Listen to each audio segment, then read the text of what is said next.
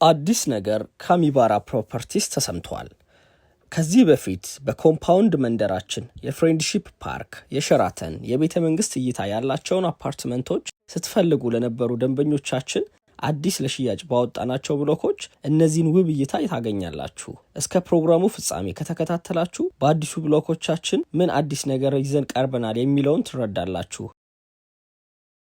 እንደሚታወቀው አሚባራ ፕሮፐርቲስ ፍሬንድሺፕ ፓርክ ፊት ለፊት እየገነባ በሚገኘው መንደር የከተማዋ እምብርት ላይ ከመገኘቱም በተጨማሪ የከተማው ውብ እይታ ስፍራዎች በዙሪያው ይገኛሉ። ከዚህ በፊት ለሽያጭ አውጥተናቸው በነበሩት ኤርታሌ ኤ እና ኤርታሌ ቢ ብሎክ በተጨማሪም አሁን ከምናወጣቸው ብሎኮች ውስጥ አሰብ ብሎክ፣ ጂ ብሎክ ግንባሩን ወደ ፓርኩ ያዞረ በመሆኑ እነዚህ ብሎኮች ላይ የሚገኙ አፓርትመንቶች የገዙ ደንበኞች ከሳሎን ከመኝታና ከበረንዳ ላይ ሆነው የፍሬንድሺፕ ፓርክን፣ የሸራተን ሆቴልን፣ የሳይንስ ሙዚየምና የቤተ መንግስትን ውብ እይታ ከቤት ሆነው ይቃኛሉ። በሌሎቹ ብሎኮቻችን ላይ ደግሞ የፒያሳን፣ የአድዋ ሙዚየምን፣ የቸርቸር ጎዳናን፣ የሜክሲኮ ፋይናንሻል ሴንተር ሰማይ ጠቀስ ህንፃዎችን፣ የንግድ ባንክ ሄድኳርተርን ውብ እይታ ይቃኛሉ። የእኛ ኮምፓውንድ አፓርትመንት አንዱ ለየት ያለው ነገር የመኖሪያ አፓርትመንት ብሎኮች እርስ በርስ ያላቸው ትንሹ ርቀት 16 ሜትር ነው።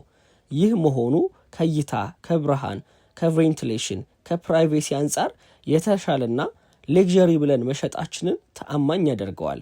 አዲስ ስላወጣናቸው ብሎኮች ተጨማሪ መረጃና የቢሮ የሳይት ቀጠሮ ለማስያዝ ከስር ባለው ስልክ ቁጥር ይደውሉ። ለአሚባራ ፕሮፐርቲስ አዲስ የሆናችሁ ደንበኞችም ከጥራት መንደር ውስጥ ካሉ አገልግሎቶች፣ ከዘመናዊነት ህንፃዎቻችን እየገነቡ ካሉ ዓለም አቀፍ የውጭ ድርጅቶች አንጻር ምን ሰርተናል የሚለውን እናያለን።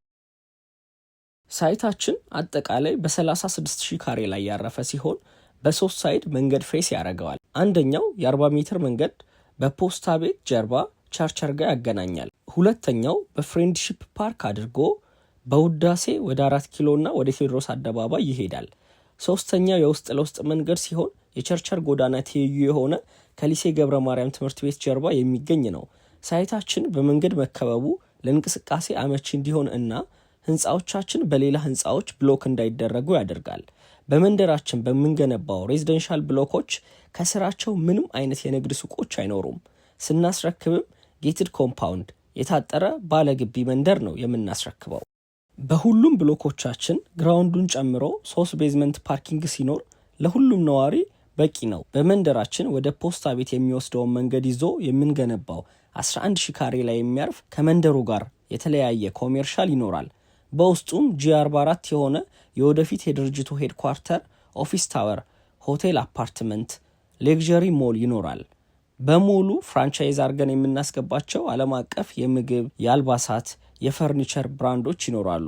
ከስራቸውም G+3 ያለው በ11,000 ካሬ ላይ የሚያርፍ ፓርኪንግ ይኖራል። በሺህ የሚቆጠሩ መኪኖችንም መያዝ ይችላል።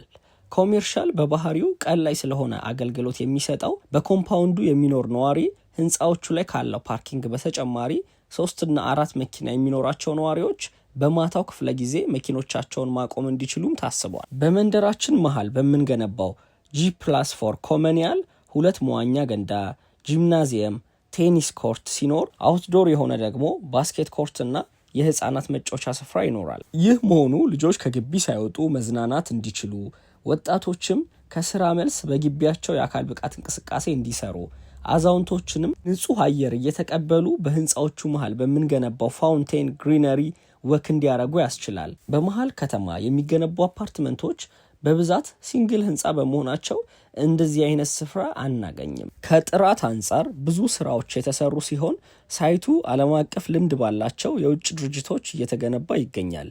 በግንባታ የቻይናና የጣሊያን ኩባንያዎች፣ በማኔጅመንትና በዲዛይን የዱባይ ኩባንያዎች እየተሳተፉ ይገኛሉ።